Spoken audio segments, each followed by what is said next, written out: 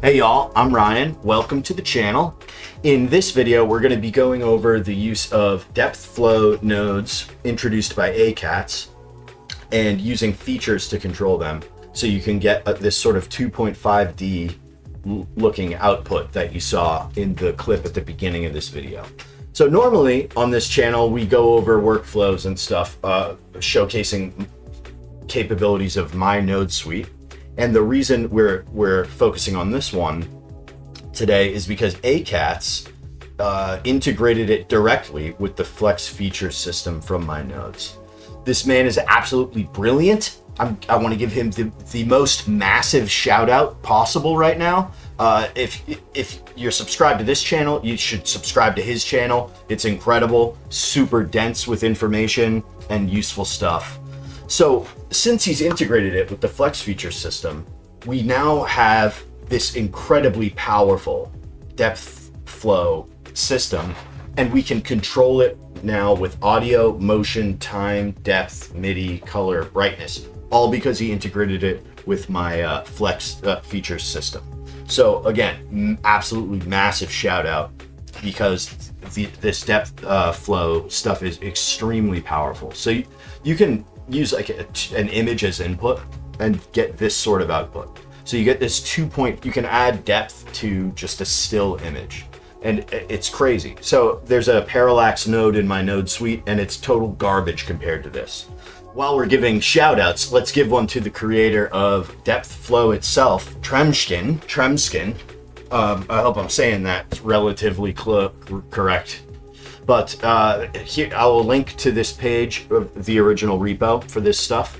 Hats off to both of these gentlemen. It's absolutely incredible. All right, so this workflow is one that Akatz made to showcase the Depthflow nodes. I'm not going to, he's given me permission to adapt it for the purpose of this video. I am going to focus more on using features to control them. I myself have I want to spend more time with these nodes, but I have a feeling I'm going to be using them quite a bit. If you want more information on how to use the depth nodes, I'd suggest checking out his channel. He did a really great video breaking it all down. So let us start at the beginning. I'm using this as our input video, and I'll make a workflow, a video going over the workflow to make this audio reactive smiley face here, but it's not important right now. What's important is that this video is relatively motionless. It's just this static smiley face. So it'll give us a good idea of what these nodes can do. He has integrated it with the feature system, but it is not necessary to use the feature system. These nodes will work with or without the features. So let me show you what it looks like with no feature at all. And this little output here is from the preset orbital motion with no feature input. So from that static smiley face, we get this as the output. It's subtle. You know, we could crank it up. We could crank up all the settings if we want, but you see it's moving left and right and sort of towards the camera. And that's from that static image. So that's with no feature input. But what about controlling it with a feature? So we always do audio. It's popular. It's what people often want to see. So I make a ton of videos on audio features. But today, we're not doing that. Sick of it. Get it out of here. Instead, we're going to use a brightness feature. And I always talk about it. I'm like, you don't have to use audio. You can use brightness. You can use depth, MIDI, blah, blah, blah. But I always do audio. So here we're going to do brightness. And we're taking the brightness ratio from the input video here. So that's like the ratio of what's bright and what is not bright. So you can see the feature should look something like, it should match up with the eyes blinking, because that's when it's the brightest. So funny enough, the output will be similar to what we would get if we used audio, because the eyes light up to the kick drum. But that's besides the point. Don't ask how the hot dog's made, all right? So here I used I did the preset orbital motion again, but I used the feature as input. So in comparison to that smooth back and forth, this is what we get for output here. And, you know, I'm pretty lazy, so I didn't really do anything here. But, you know, if I were actually doing this, I'd probably use, like, smoothing or something, you know?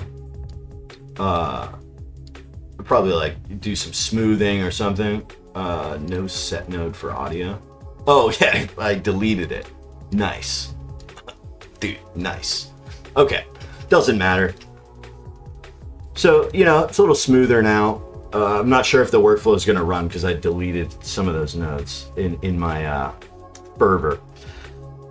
All right, so that's brightness. Let's go over one more. And I just introduced this. This is a manual feature. So I was doing some some stuff to a song, and I just needed it to do a specific thing, you know, that none of the audio was giving me. So I got frustrated and I made this manual feature. So here we can just manually define a feature. It's really, really useful, I found. So these two lists of numbers correspond to one another. So frame 0, we're setting a feature value of 0. Frame 75, we're setting a feature value of 1. And frame 120, we're setting a feature value of 0. And, you know, the input video is 150 frames. So I set the last value as at point 2. So from 120, it'll be 0. Over the next 30 frames, it will go up to point 2. I've set the interpolation mode to linear, but you know, if it were none, then we would just get a spike at 75 and nothing else. And then a spike at the very last frame. But linear is what I used, and it looks just like what you would expect. A line going up, a line going down, and then up to point 2 at the end for the last bit there. And this is what you get. Oh yeah, for this one, I used this preset dolly motion here. So it's a little bit different, the output. Instead of moving back and forth, it's sort of like a dolly zoom, you know, like a Hitchcock sort of thing. You know, if we had something in the background, it would probably be more obvious. But you can see it's distinct from the other videos. It's like coming out really, really cool like this. So that's according to this manual feature.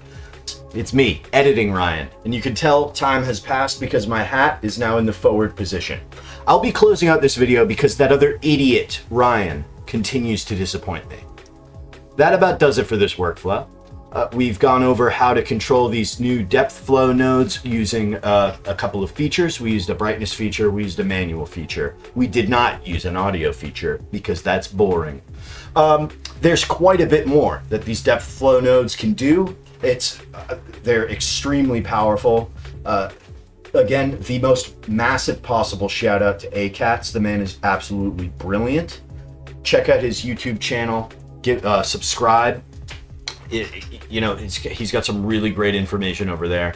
So I'll link it in the description along with the docs for his nodes and the original repo for Depthflow. Again, massive shout out to both of these gentlemen. This stuff is absolutely incredible. So subscribe to Akatz.